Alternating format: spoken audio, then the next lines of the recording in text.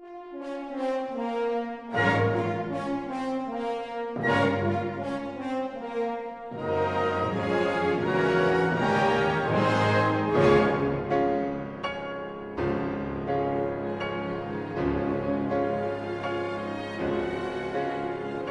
have been born under a monarchy. To obey God is freedom. Seneca. This is Citadelium, episode 23, and I'm your host, Yuri de Gaia. Today I want to talk about something that we all care about, and that is freedom. The talk about freedom is everywhere right now, especially connected with the events of recent months and even years. With the prospects of the so-called Great Reset, people just scream about freedom all the time. They want to be free. But I think a lot of people, although they want to have this freedom, don't really understand what freedom actually is. So I think over time, this word freedom has been overused somewhat, and it lost its actual meaning. So, in non-anarchist circles, for example, it usually means things like civil liberties or human rights. So, if you are for freedom, you actually are for things like freedom of speech or freedom of expression or freedom of gathering some place with other people, those kinds of things. And as we see with the Great Reset and the coronavirus events, these calls for freedom of movement, for example, freedom of expression as well. They have reason. There's a lot of it right now because people simply can't go anywhere and they can't get together with their friends, with their family. So this is completely understandable. And then I think there's also too much promotion of this word, too much promotion of the word freedom without really much sense.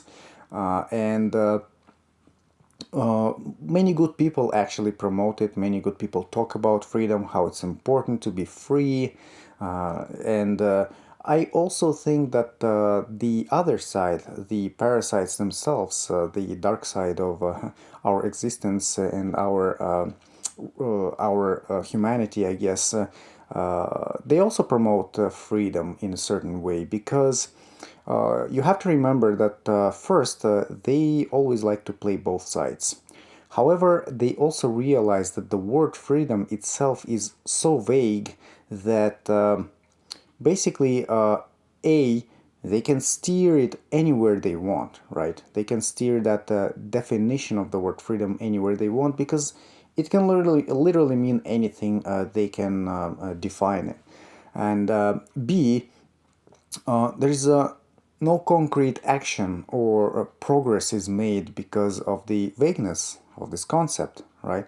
So when we talk about them steering the definition, the meaning of the word freedom, you can see it from things like, for example, the proletariat must be free from the usurping bourgeois class, or the gays must be free from the oppression of the straight people, things like that, right?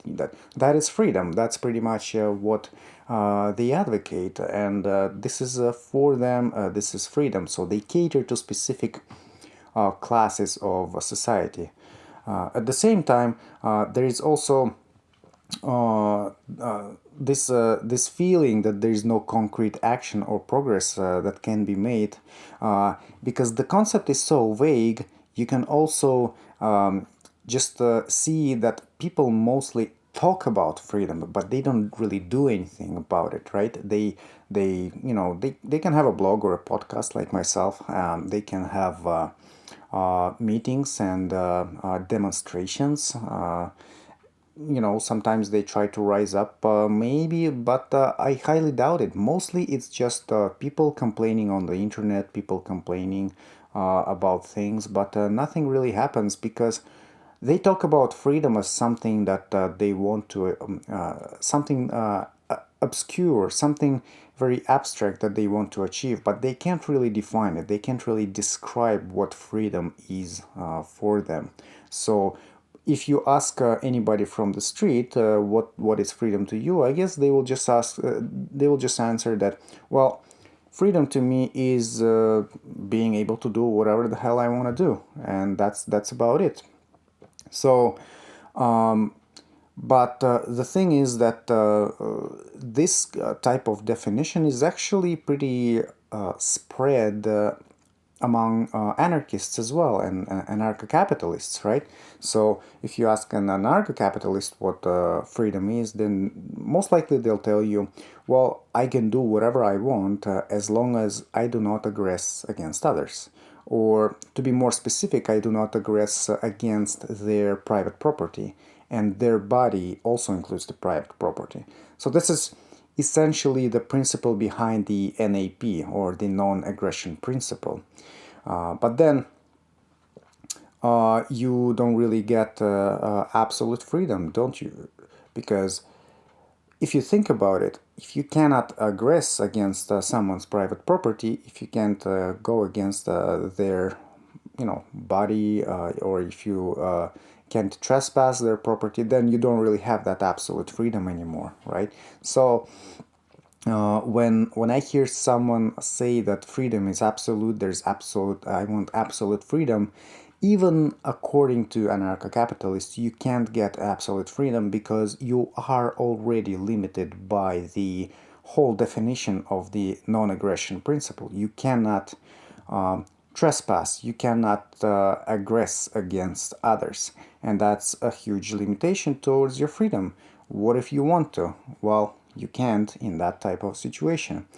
Now, a lot of people will also tell you that freedom has limitations because there's some kind of natural moral code that is usually common sense, right? Things like don't kill, don't steal. They are essentially natural, and most people can agree on these things. So freedom can be granted to people in, for example, in an anarcho-capitalist society, but then most people will not do any of those things. They will not trespass. They will not aggress against somebody or their body, because they have this common sense. But remember that a lot of people don't really have common sense, and about 5% of the whole world population are psychopaths or sociopaths. What does that mean? Well, that means that actually those people are morally deficient on a physiological level. It is how they are made. This is how their bodies and their brains are made. They literally don't have empathy, so they don't really have the same moral compass as the other people. And for them, achieving a goal is more important than how to achieve that goal. So at the end of the day, for them, means justify the ends, right? So they can trespass and they can do all kinds of things to achieve their goals. And the reality of the situation that you cannot convince them otherwise, because they will not understand you. They will not understand you. They may pretend that they do. A lot of them are good actors too, but they will literally not understand because they don't have that empathy gene, so to speak. They don't have empathy on a physiological level, so they can't really understand you. So in a world where you want to have complete absolute freedom, there will be these 5% of people which I consider a lot. 5% is a lot. It's 5 out of 100, right? That will not care about your rules and your rights, your ways of life. They will do whatever they think is good for them, right? So they don't follow the ethics because they simply can't. So in such a world of absolute freedom, can these people have absolute freedom? I guess they can't because, well, you will probably try to kick them out as soon as they violate your NAP, your non-aggression principle, right?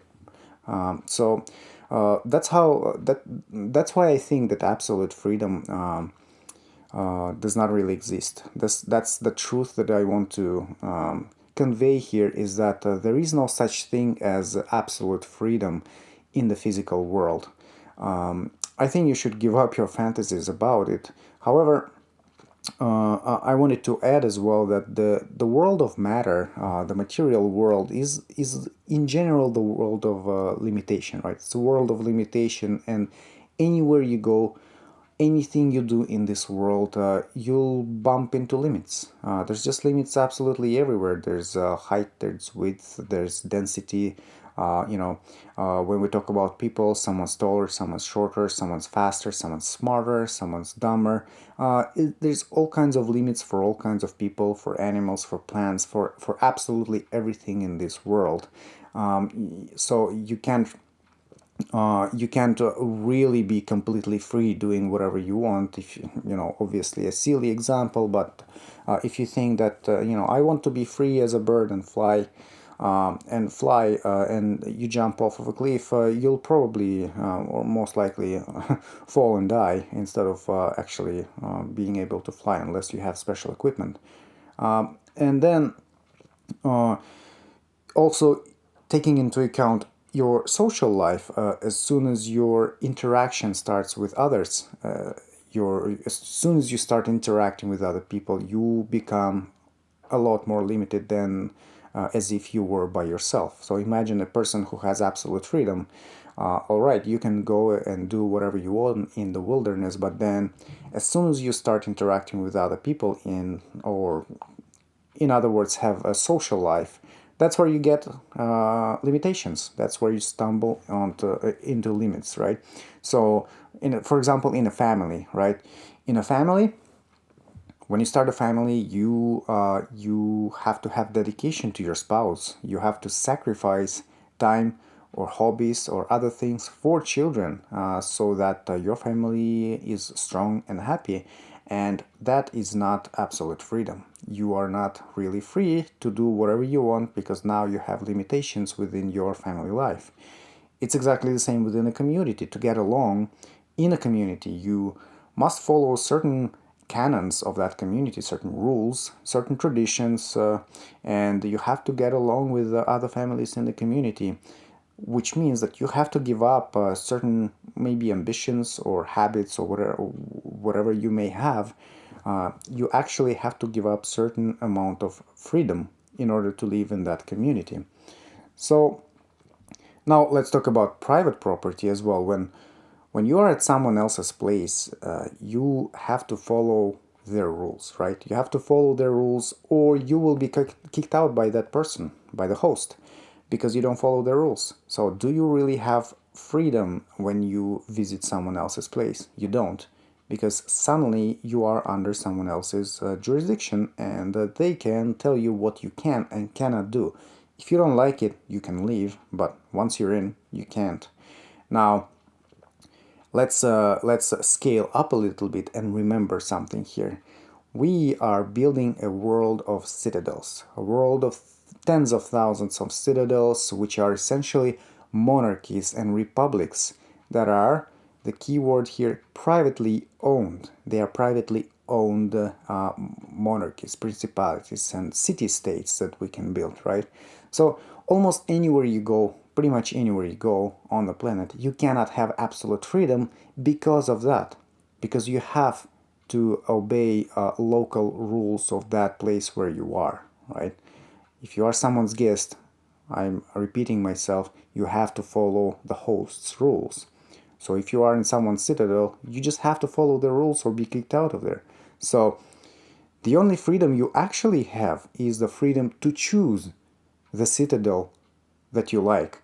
But once you are inside, limits upon you and upon your person are imposed. That's how things are. So obviously it would be great to have tens of thousands of citadels, and that's why I'm talking about it, because you have a lot of choice. Like, you really have a lot of choice. Anywhere you go on the planet, it's pretty much private property, but because there's so many options out there, you will most likely find something that works for you. You want a communist paradise, there's probably an experiment somewhere in one corner of the earth, or many, where they actually experiment in their little citadels with communist regimes. Of course, they'll fail, but you can still go ahead and try it, right? If you want a more libertine society with strip clubs and things like that, then you can join one as well. If you want more traditional, family-oriented society, more maybe more cultured and ethical, you go into that one and try that one. And This will be a great experiment because the free market will actually show which systems work best and which don't, right? But when it comes to freedom, this is the only freedom that you get, the freedom of choice where to be.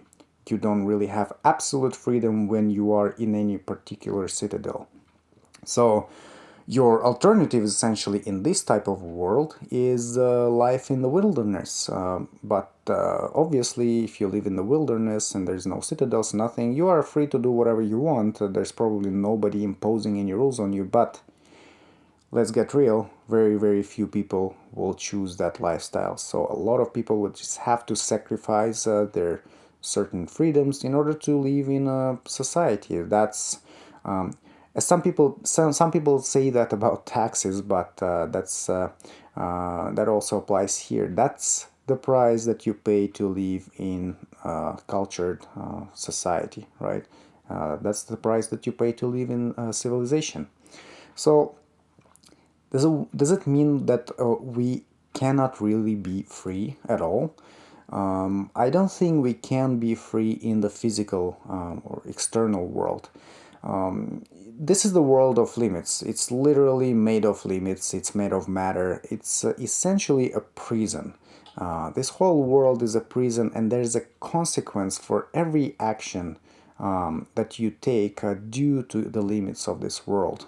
Whatever you do, there's a consequence. You drive a little too fast, you can get in a crash, right? You are a little too slow, you can get you can get shouted at from behind. You have to just follow. You have to follow the rules. You have to follow the way that the material world works, right? You have to follow and really, really. I guess merge with these limitations. You have to be part of the world, right? And live in the. You have to accept them. You can't really fight these limitations because the whole world is limited. But I do think that freedom is possible. If not absolute, but a very, very high degree of freedom is possible in the inner or a spiritual world that you can develop. So I think the only freedom you can achieve is actually within you, within yourself. If you study yourself, if you know thyself, um, as uh, as the Bible says, the kingdom of heaven is within. So you have to really take time to study your inner world as much as you study the external world. And I think that blissful, absolute freedom is possible only within you. But once you achieve that level, once you gain that degree of freedom, and it's not really like a day and night switch. It's more like a gradual process of attaining that state of consciousness. But once you get that, you will be able to extrapolate, or you will be able to project that internal freedom into the external world, in the world of limits, so that anywhere you go, whether you're in a bad situation, good situation, in a bad country, good country, absolutely anywhere you go, you don't really suffer that much because you already have that internal freedom in you. You essentially merge with that world. You become one with it, with the external world, and you just adapt to absolutely any situation. This also has to do with stoic mindset that I talked about in one of the previous episodes, right? So you don't freak out when something bad happens. You just accept the fact that it happened, and you work your way through the material world based on what's happening right now, and that's it. You stop worrying about things. You also stop getting too much excited about things because you know that all of these emotions, all of these ups and downs in the world are temporary. They are temporary compared to the eternal, infinite bliss of that freedom that you have inside of you. They are absolutely nothing. So you can really focus at your task at hand. You can find your destiny, so to speak. You can find the work that you want to do within your physical lifetime here on Earth, and focus specifically on that, and forget about everything else. Forget about the limits of the world. You basically use those limits to your advantage, but you don't really care about them that much anymore. So uh, that's what I wanted to say about freedom. I hope it's not too much. This is just my perspective. This is the way I see it right now. And next time you hear someone talking about freedom, just maybe ask them, what exactly do they mean by freedom? What exactly do they mean by being free? With that said, I hope you liked the episode. Subscribe, and I'll see you next time.